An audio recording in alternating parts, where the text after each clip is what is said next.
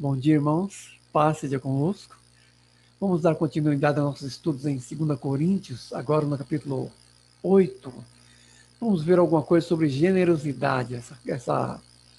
Esse capítulo fala muito de generosidade, baseado no exemplo da igreja da Macedônia e no modo como eles se prontificaram bondosamente para ajudar os irmãos da Judéia naquela situação em que Ágabo profetizou uma grande fome que haveria no mundo, e ela veio nos dias de Cláudio. Então aqui estão naqueles dias, e os irmãos da Macedônia rogaram muito para que participassem dessa assistência. Quando eles souberam que Paulo estava fazendo a coleta em prol dos pobres da Judéia, insistiram com muitos rogos, diz aqui, para participar dessa assistência em favor dos santos. Eles, que eram pobres, queriam ajudar outras pessoas que estavam em dificuldades. Vamos ver o que esse trecho fala a nós, porque fala muito a nós, algumas coisas muito importantes. Diz assim, versículo 1 a 6 resumidamente, diz assim: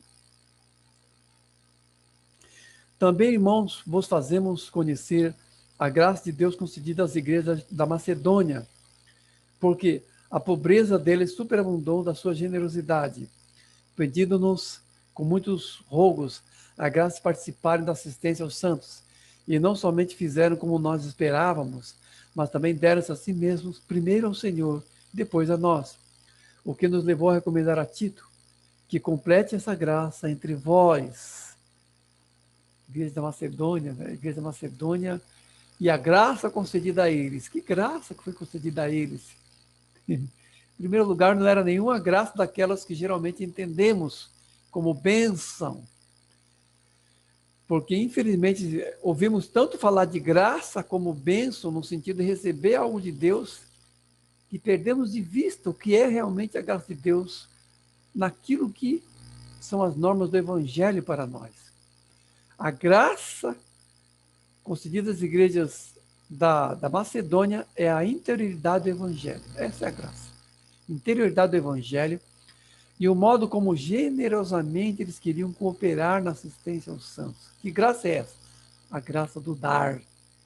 A graça do dar. O problema é que nós somos muito condicionados pela graça do receber e não percebemos as riquezas do Evangelho no dar ou na interioridade da virtude do Evangelho como graça. Nós temos dificuldade de entender dessa maneira, perdemos a visão muitas vezes por esse condicionamento externo de graça como receber algo, ou bênção como receber algo. Mas aqui nós vamos falar da graça do dar e não do receber. A igreja da Macedônia, nesse sentido, ela se tornou muito parecida com a igreja, uma das duas igrejas elogiadas do Apocalipse, que é a igreja de Esmirna, que era uma igreja pobre. O Senhor Jesus diz: conheça a tua pobreza, mas tu és rico.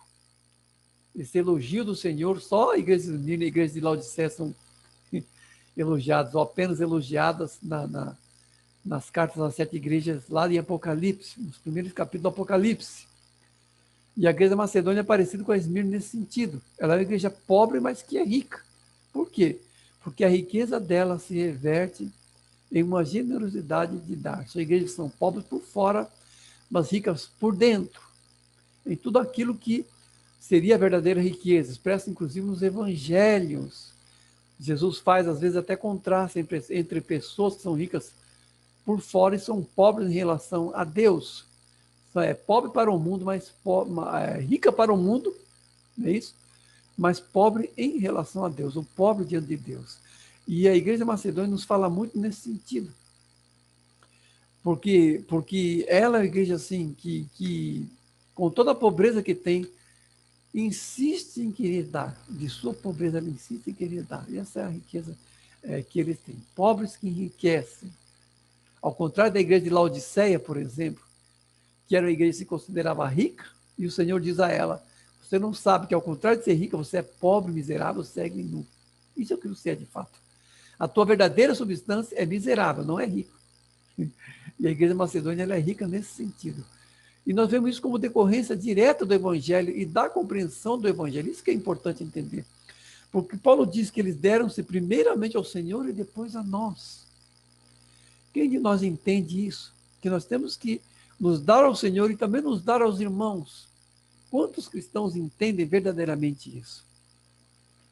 que da sua consagração ao Senhor, reverte-se, ou deveria reverter-se também, uma consagração aos irmãos, no sentido assim, de assistência, no sentido de ser dadivoso, no sentido de ser generoso, no sentido de ser misericordioso. Quantas pessoas entendem verdadeiramente isso? Porque do muito que se fala de receber de Deus, de ser abençoado por Deus, pouco se reverte muitas vezes em generosidade, que seria, no caso, a verdadeira expressão de koinonia ou de comunhão. As pessoas não entendem que o que são para o Senhor deveriam ser para os irmãos. As pessoas realmente não entendem isso. Acredita assim, quanto mais se pega prosperidade, menos se entende isso. Que do dar-se ao Senhor deveria também reverter-se num dar-se aos irmãos, em tudo aquilo que deve se estender por nós, através da koinonia, através realmente da assistência, da disposição com relação aos irmãos. Isso a Igreja Macedônia já fala muito a nós. Ser pobre, mas ser enriquecedor. Ser fiel aos irmãos, assim como ser fiel ao Senhor. Dar-se aos irmãos, assim como se dá ao Senhor. Diz assim também no versículo 7 a 15, continuando, diz assim: como, porém, em tudo manifestais superabundância, assim também abundeis nesta graça. Não vos falo de forma de mandamento, mas para provar, pela diligência de outros, a sinceridade do vosso amor. Porque se há boa vontade, será aceita conforme o que o homem tem, e não segundo o que não tem, suprindo a vossa abundância a falta daqueles, de modo que a abundância daqueles venha a suprir a vossa falta. Como manifestais superabundância? Os corintianos eram igreja que tinham tudo, não é isso? Tinham graça e aparentemente tinham coisas materiais também. E Paulo diz aqui, né? Em tudo manifestais superabundância, assim também abundez essa graça. Ou seja, se vocês têm muito, deem muito também. Paulo está dizendo isso. Nós temos que entender que as dispensações de Deus estão em todas as coisas que temos, sejam coisas pessoais, sejam virtudes, ou sejam coisas materiais. Tudo aquilo que temos, a nossa vida é uma dispensação. E tudo que está dentro dela é também uma dispensação. Isso nós temos que entender. A vida como dispensação, com tudo que ela encerra. O nosso carro, a nossa casa, as nossas posses também são uma dispensação. E nós temos que ser generosos nisso, porque são coisas que revelam o verdadeiro estado do nosso coração. Quer ver o quanto está o coração de uma pessoa? Veja a generosidade dela. Veja a generosidade dela. Pessoas assim que têm muito, mas que são um pouco generosas muitas vezes, ou que dão assim, daquilo que sobra. E quando Paulo fala assim, não vos digo como mandamento, ele quer que essa dádiva seja absolutamente espontânea e generosa, porque aí será a expressão do coração de fato. Então ele diz isso, olha, vocês têm muito, deem muito. Por outro lado, eu não quero que seja forçada, como se eu dissesse isso. Não falo isso como mandamento, não é que vocês têm obrigação, né? Não, de fato tem, né? Mas isso deve ser entendido como norma do evangelho no coração, e não como um mandamento escrito em tábua de pedra. O ato de dar tem que ser completo. Eu me lembro de um autor chamado Khalil Gibran. Khalil Gibran escreveu um livro chamado O Profeta, que é uma cena mais ou menos assim, né? Um profeta vai pegar um navio, vai sair de uma cidade, né?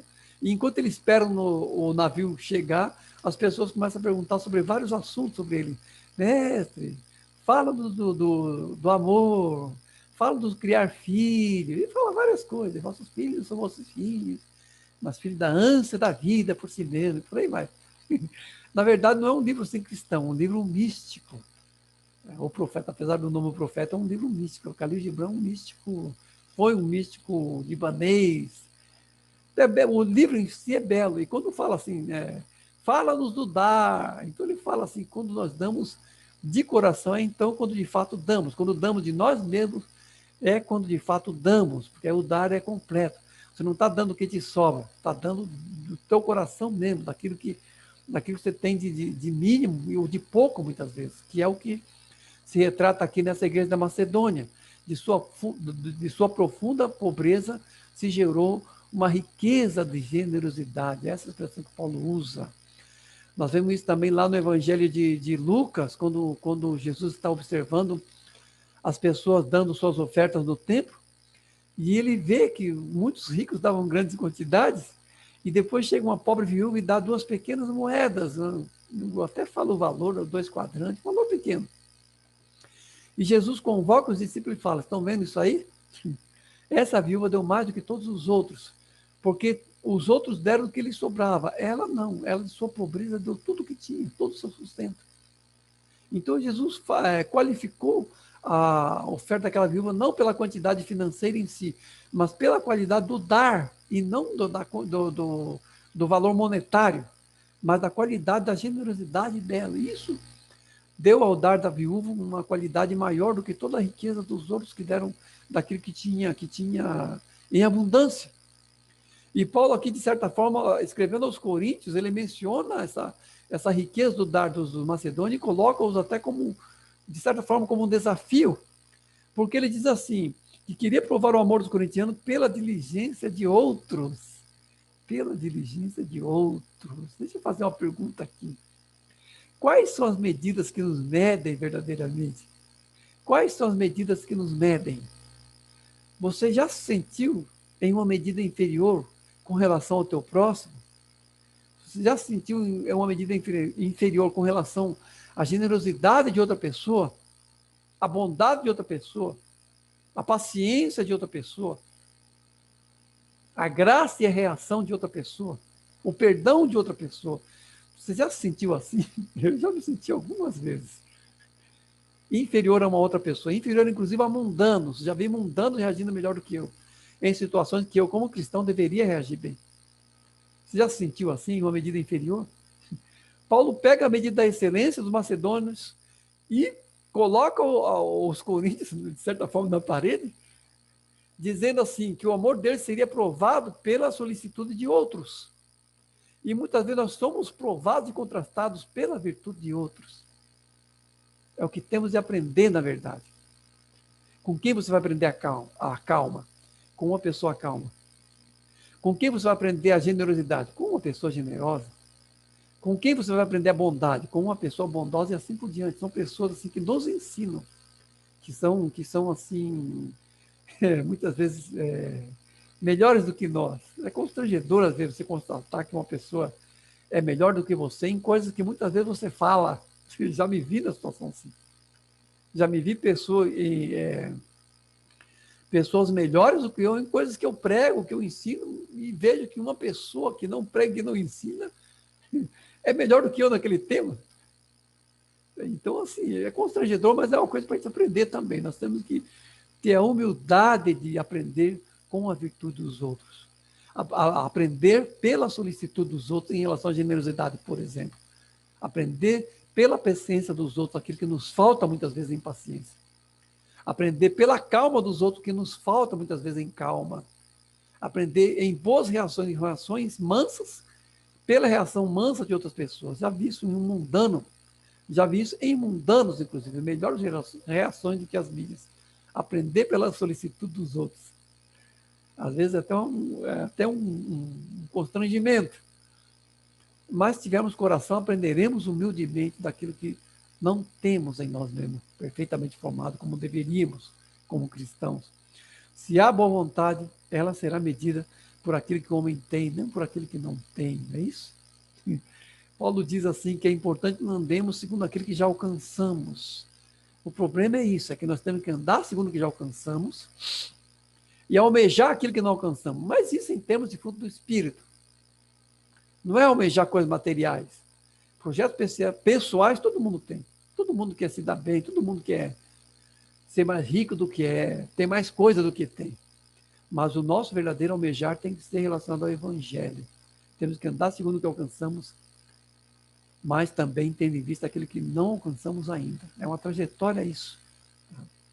E aqui, com relação à generosidade, Paulo diz também que muitas vezes a abundância de um supre a falta do outro em uma determinada situação. O que ele fala aqui no versículo, né? A abundância de um supre a falta de outro. Isso é o quê? A koinonia perene, não é isso? Podemos estar ajudando alguém nesse momento, mas podemos, em outro momento, estar sendo ajudados. Isso é a koinonia. Nós somos um corpo e devemos estar nos ajudando e nos abençoando. Que a abundância de um nos supra e que a nossa abundância supra outros. E assim haja igualdade. Porque não estamos sempre numa mesma situação. Podemos ser supridores e podemos ser supridos também. O fato é que temos que ter corações generosos para todas essas coisas. Tanto no aprender com a generosidade dos outros, como no dar quando estivermos em boa situação, para que venhamos a ser supridos, como também nos faltar a coisa material. Tá? Isso são normas de comunhão que temos que aprender. Tá bom? Depois aqui no versículo 16 a 24, já indo mais para o final, diz assim: mas graças a Deus que pôs no coração de Tito a mesma solicitude por amor de vós. Com ele enviamos nosso irmão, com ele enviamos o irmão cujo louvor está espalhado por todas as igrejas.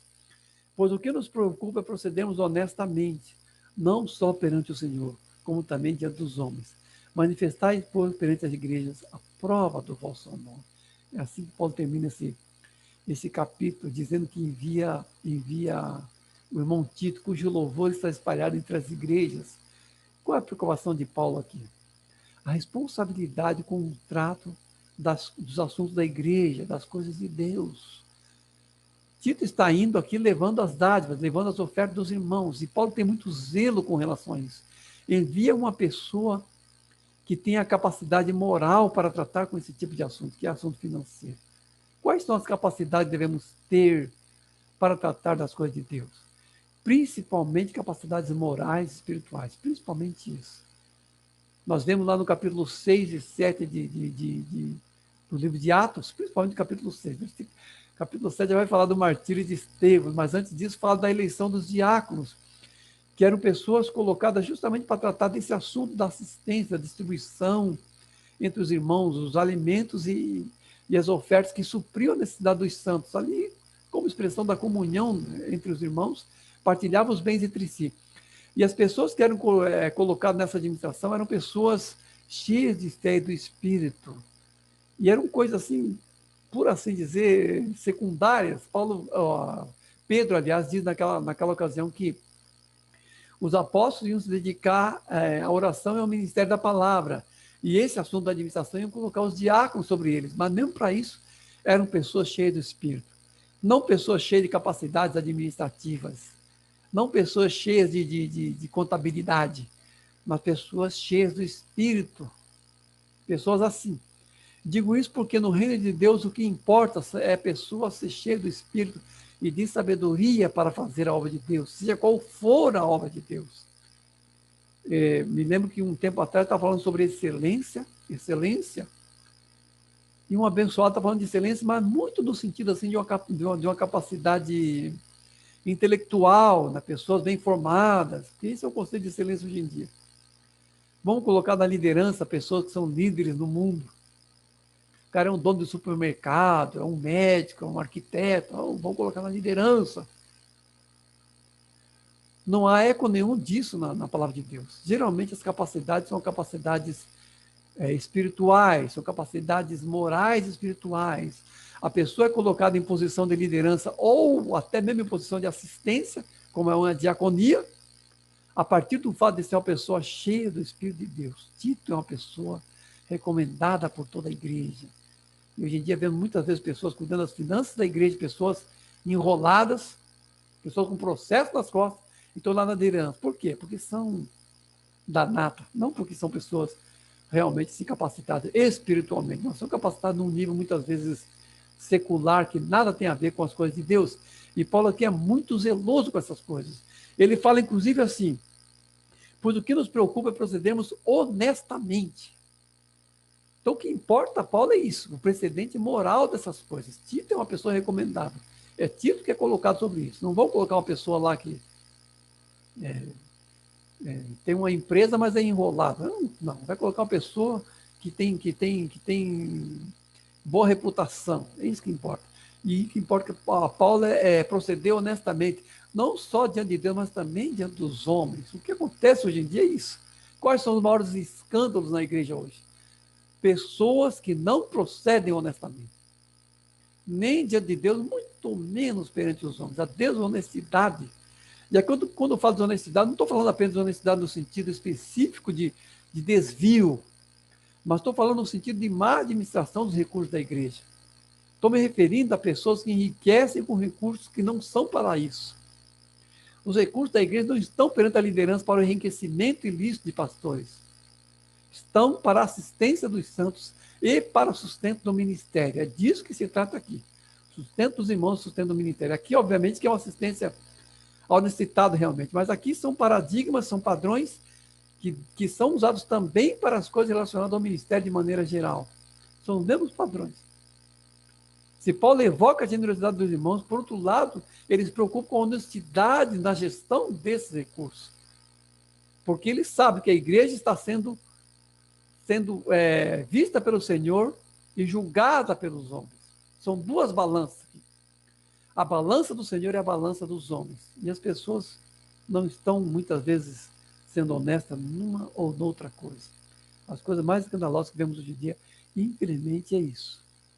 É isso. A igreja sendo mal pesada, porque não se preocupa em proceder honestamente nessa administração. Né? Manifestai perante as igrejas o vosso amor, é a exortação final de Paulo. Estamos agindo honestamente. Por outro lado, queremos que vocês manifestem o teu amor, o vosso amor. O vosso amor em relação a quê? Em relação ao dar. É disso que está falando aqui. Em relação à generosidade. Tá? Eu me lembro que uma vez estava falando sobre isso num estudo, né, Conhecendo a Minha Bíblia, um curso lá que estava dando na SEM na época. E eu me lembro que uma irmã questionou assim, até que ponto a gente pode ser assim? A gente pode ofertar, até que ponto? Por quê? Porque, infelizmente, existem pessoas assim, aproveitadoras, aí acontece. Paulo fala assim, quem não quiser trabalhar, também que não coma. Por quê? Justamente por causa de pessoas que são aproveitadoras. Então, essa irmã, ela questionou isso, até que ponto ele vai nisso? Até que ponto as pessoas não podem se aproveitar? Até que ponto? Né? Aí algumas perguntas aqui. Né? Qual seria o limite da bondade, então? Qual seria o limite da bondade? Até que ponto? Né? Qual seria o limite da bondade? Qual seria o limite de qualquer virtude do evangelho? Existe um limite? Para qualquer virtude do evangelho, existe realmente um limite? A bondade, ela tem que ser limitada a alguma coisa? A generosidade, ela tem um limite? A paciência, ela tem um limite? Qualquer virtude do evangelho possui um limite? Qual o limite de qualquer virtude do evangelho? Quer saber qual é o limite? Pergunte aos virtuosos. Quer saber qual é o limite verdadeiro da bondade? Pergunte para o irmão mais bondoso que você conhecer. Quer saber qual é o limite da generosidade? Pega o irmão mais generoso que você conhecer e pergunte para ele. Quer saber qual é o limite da paciência? Acha a pessoa mais paciente que você puder achar na igreja e pergunte para essa pessoa. Porque o limite de qualquer virtude do evangelho é a sua extensão. O limite de qualquer virtude do evangelho, de qualquer fruto do Espírito, é a sua extensão.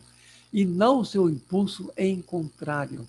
Porque quando as pessoas perguntam pelos limites, os limites muitas vezes são limites pessoais. Não são limites da virtude em sua expansão, mas os limites pessoais que partem justamente da carne e que são opostos dessas virtudes. Eu não sei se vocês entenderam o meu raciocínio aqui, mas entendam isso, né? Que nada deve ser limitado por aquilo que é o oposto da carne. É isso que eu quero dizer. Por exemplo, o limite da bondade e da generosidade não deve ser o nosso egoísmo.